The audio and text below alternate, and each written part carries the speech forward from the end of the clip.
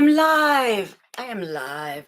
Welcome to Growing Gratitude. I am Becca Lori Hector here, your host for Growing Gratitude every Sunday, where we talk about what it's like to be an autistic adult alive right now and how we get through it, what motivates us, all of those things. We try to unpack all of that here together. So welcome to it. Here I am.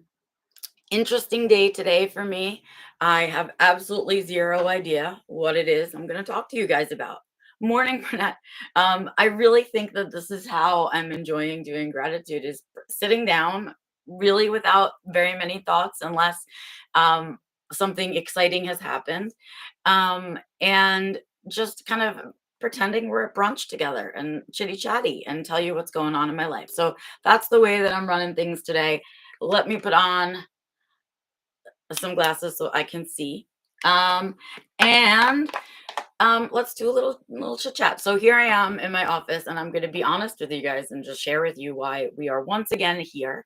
What I figured out is for the last 3 weeks, every time I was getting ready to do gratitude, or I woke up on Sunday and I knew it was time to do gratitude, I was like, man, and I couldn't figure out really like, oh, why am I always feeling like that?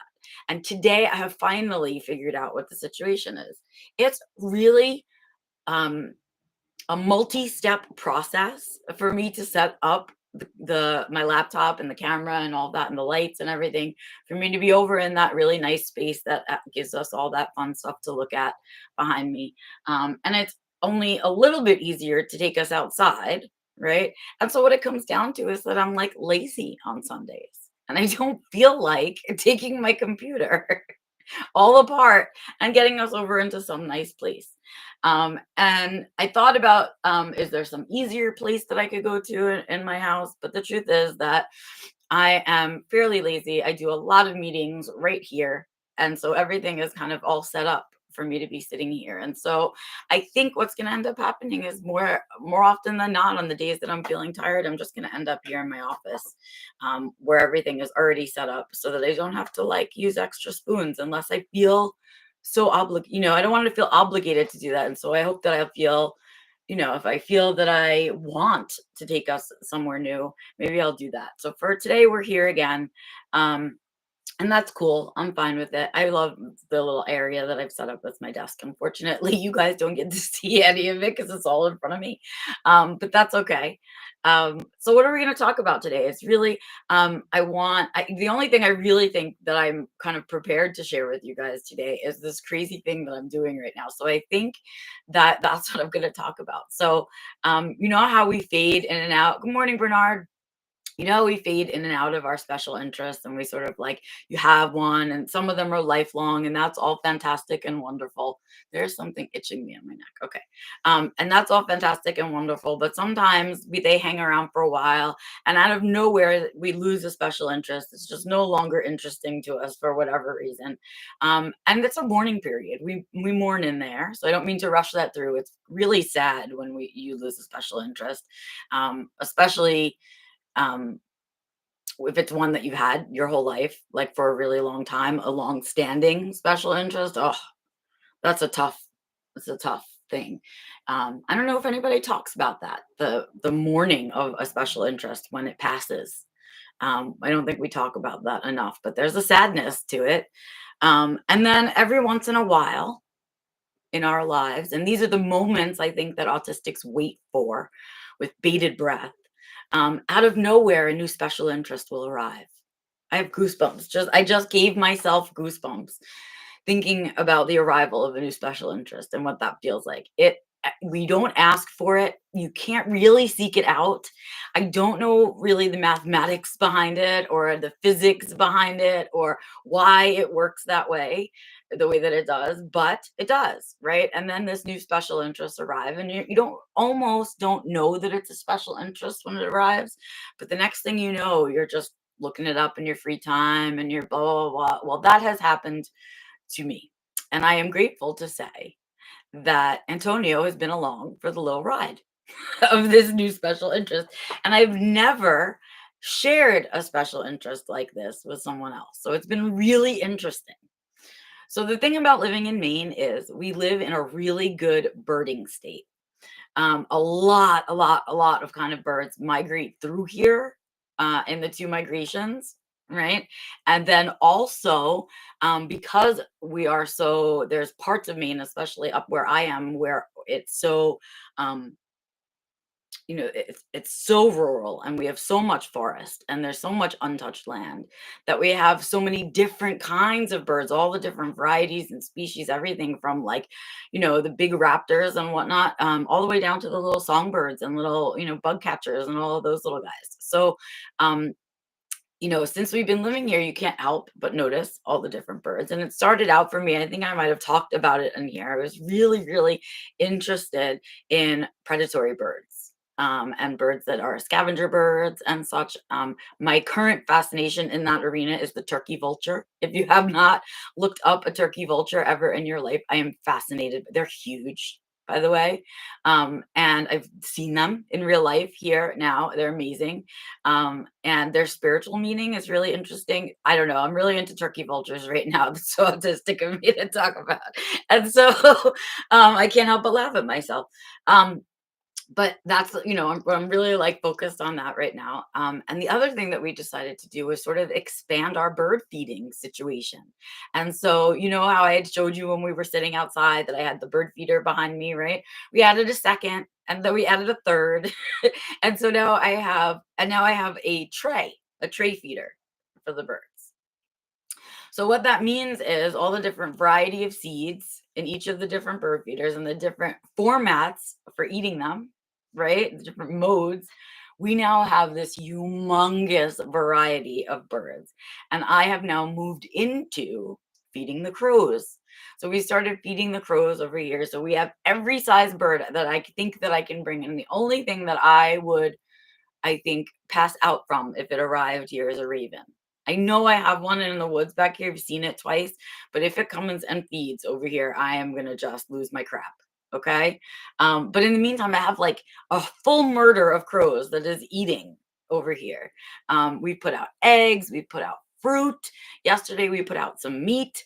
And so, oh, you have Morgan, fellow bird watcher here. We have blue jays in my yard right now. I have blue jays too. They're such little thieves. Oh my goodness. We put peanuts on the tray and they sneak around and they go and they look and they peek and then they come in and they grab a peanut and they run away and eat it. And they just look like little thieves. Between them and the grackles in my yard, that it's a little thievery bunch down there. And of course, now there's a squirrel or two and a chipmunk that have found their way. But Maine is just an amazing place to be able to bird because we also have a lot of lakes. So you can go and see the water birds, right? Um, and so I've seen herons. We on our regular kayak, we see a nesting loon, and the loon pairs out there. It's just amazing. And so as you can tell by that, what was it, like a 5 or 6 minute info dump, I have stepped into a new special interest. I am now, I've started learning their calls. I am starting to learn the difference between the male and females. Um, so I am just in the thing. Oh, Bernard is also a bird person who puts suet out, and his cats loves watching them too. My cats, of course, love watching the birds. Um, and so it's been this really like interesting past few like days, I guess. This past weekend, we've been just really, it's just exploded for us, this whole bird situation. And now I'm like, what else can we do with this bird situation? How deep can I get into my special interest? So, of course, this morning I said, oh, hey, I have my YouTube channel and everything, and it's fun and it's easy. But I see a lot of YouTube channels out there that are even easier. There are people that put little cameras out by their bird feeders, and people watch their YouTube channel of their bird feeders on YouTube. Um, And I just now this is my next thing. I'm gonna save up for I think a camera to put out by our bird feeders. It is so I feel a little crazy, but I see in chat that I have fellow birder peoples over here who are at least acknowledging that it's a fair special interest. Um, Brunette says they're beautiful and they eat the flies. Last week we had a fluffy baby bird on our porch. Oh, isn't that the best? They do eat the bugs. And I think that's part of um, why I'm so into that whole situation out there because I really like it. I don't like it when people mow their lawns or they really are very manicured. That's the word that people use when they manicure everything very much. I really love it when nature is just nature. And so, of course, we do mow parts of our lawn because we have to walk to our car and all of those things. Um, and our dogs need the backyard and we have to clean up their poop, and long grass does not allow for that, and all kinds of practical things. But the rest of it is really, I don't manicure very much of it because all of the unmanicured stuff brings the bugs, and the bugs bring the bees, and then the bees and those things bring the dragonflies, and the dragonflies bring the birds, and the birds right. It's the way that it's all supposed to work. And so I wouldn't have this wide variety of birds, right, to feed if we didn't kind of let everything do its thing, right? Which is part of my like philosophy about life now. When we look at nature, it's so simple. If we would all just let everyone just be, right? How different would it all just flow, right? Wouldn't things just begin to flow if we could all just be, right? What we're here for. Burnett says, of course, special interests serve a pragmatic purpose, and they do. We need them. They're regulatory for autistic folks. And of course, there is nothing wrong, right, with becoming an expert in something, right? And that's really what a special interest is. It's I'm so interested in this thing that I want to learn everything I possibly can about it. I want to know everything I possibly can about it. And it's expansive and it's fulfilling and satisfying, right, to be an expert in an area. Unfortunately for us, a special interest or spins, which is what I prefer to call them, we're always kind of downgraded by people. We were always kind of called obsessive, and it was something people wanted to stop us from doing. Um, but it's a completely natural autistic way of being. First of all, it's our innate way of being to have special interests. It fulfills us in a way that other things don't fulfill us. And of course, it's part of being autistic, and so we need it. It's regulatory. It's part of our needs and wants, right? As our brains function. And so getting a new one is like, I don't know. I know that like NTs get excited about certain things like new clothes, and I don't know, they get excited about friends and weddings and things like that. And I mean, psyched. If I hear someone has just gotten a new special interest, I want to know what it is. I want to know how they found it. I want to know like how long they've been into it. I want to know everything they've learned so far and how far they want to go with it. Right? What are their ideas? I want to know because it's through their pleasure, right? It's shared joy for autistics. That's what it is. When we info dump with each other, it's shared joy in its purest form. So, like sitting here and telling you guys how crazy I feel about all the birds that I have right on the other side of this stupid window curtain right now, the crows that are eating the hard boiled eggs, and all these other things that we're doing out there. And then I'm just watching the magic of nature. And for you guys to be there on the other side of it and say to me, "Oh, I'm here too. I like this too," or "I get it," even is just enough, right? Um, it feels good. It's why growing gratitude feels good for us to meet and do this and talk about this stuff because we remind each other of that. So I'm really excited to tell you that I've been kind of like, I don't know, sideline birding. I want to say I've been sort of trolling the birding community, I guess, a little bit. This year, I have an official list. This year, Antonio and I are keeping a list. And so I am inspired by the movie The Big Year, which if you're a birder and you haven't seen The Big Year, please watch The Big Year. And if you are not a birder, but really like, I don't know, Owen Wilson, Jack Black, Steve Martin, those kind of people, please, please go check out The Big Year. It's an older movie, but it's really, really good. And it's just a fun, light one to watch for a change. But anyway, all of that aside, I have a list and I'm so excited. I don't even know. I haven't counted our list yet, but I have some of my favorite birds on this list, you guys. See if I can find it and show it to you because I'm so proud of how long it's getting. Oh, there it is. So I have and I'm just keeping it. It's just a keep list, right? And just as I see them, I'm kind of look at it. Look at me go, right? I have some birds on there. I'm so excited to tell you. The turkey vulture is on there, but I saw a barred owl.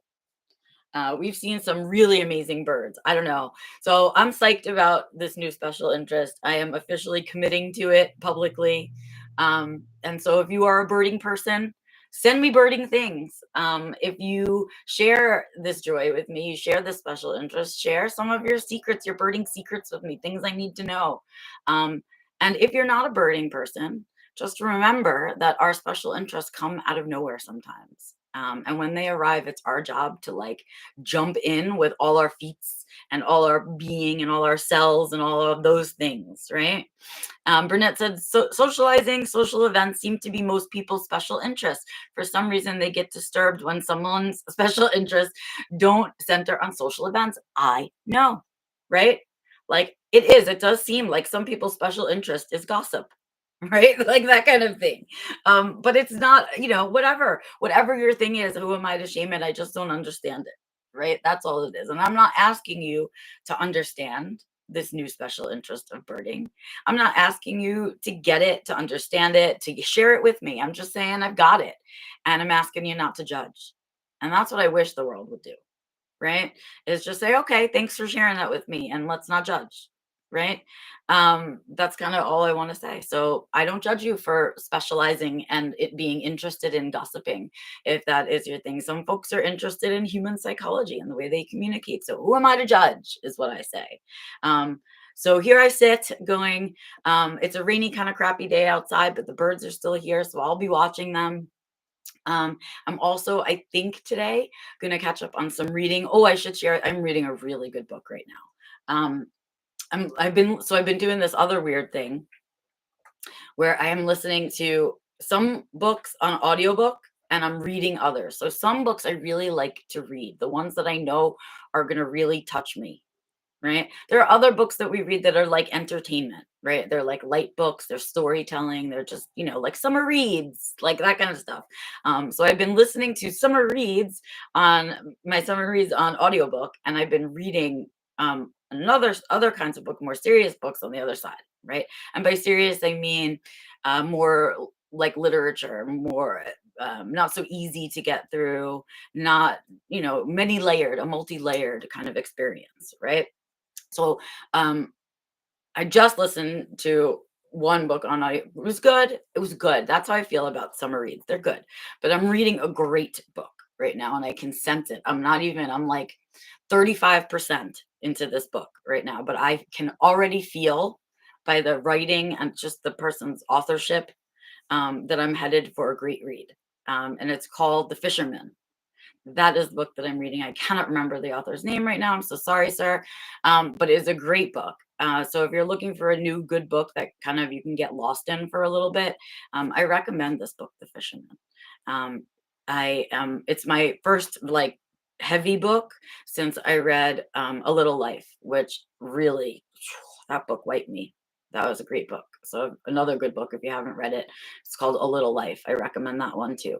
So I'm just going to share that with you because I'm in a special interest mode, and those are my two current special interests. Or I'm back in books, which has been a lifelong, since I don't know, as far back as I can remember. And then I've got this new birding thing going on, and I'm getting good. I want to be able to like recognize them from below like that, and I also want to be able to learn the calls, and I want to, like, there's so much to learn. And so I think even just the sheer amount of it is exciting to me, right? All right. Well, I guess that's it for today, right? Here we are at 20 minutes. No plan, but did share with you some really fun stuff. I hope that um, it has inspired you to spend some time today with your special interests. That's what I challenge you to take some time today, block off a few hours or more if you can, but at least a few hours, and spend it with your special interest. Spend it looking for a new one, spend it reading about an old one, spend it trying to remember your favorite, don't care. But our special interests are really important to us as autistics, throughout our lives, not just in childhood, but all the way through adulthood. And so we need them. We need them to regulate. We need them to connect with each other on. We need them for lots of reasons. So go spend some time with them today. And while you're at it, this is my giant reminder, as I do every week. I remind you to please, please, please take care of your meat suit, take care of your headspace. Keep your eyes, ears, nose, mouth, hands, arms, everything open to all of the glimmers, big and small, out there, because we need them all right now. Um, And I guess with that, I say I'll see you out and about on the interwebs until next week, when I will be back right here with the next Growing Gratitude at 10 a.m. on Sundays. New newsletter comes out on Tuesday. This is Sunday, the 29th, that I am saying this. So on Tuesday, July 1st, new newsletter comes out. It is Disability Pride Month for July. Yeah. So here we go, another month. Please make sure you got this issue. I already wrote it. I know what's in it. It's good. So sign up if you're not signed up. And if you enjoyed Growing Gratitude and you want to continue to support the channel, if you are not already signed up as a gratitude grower over on Patreon, the link is below. Please go ahead and use all those links, and I will see you guys next week. Bye.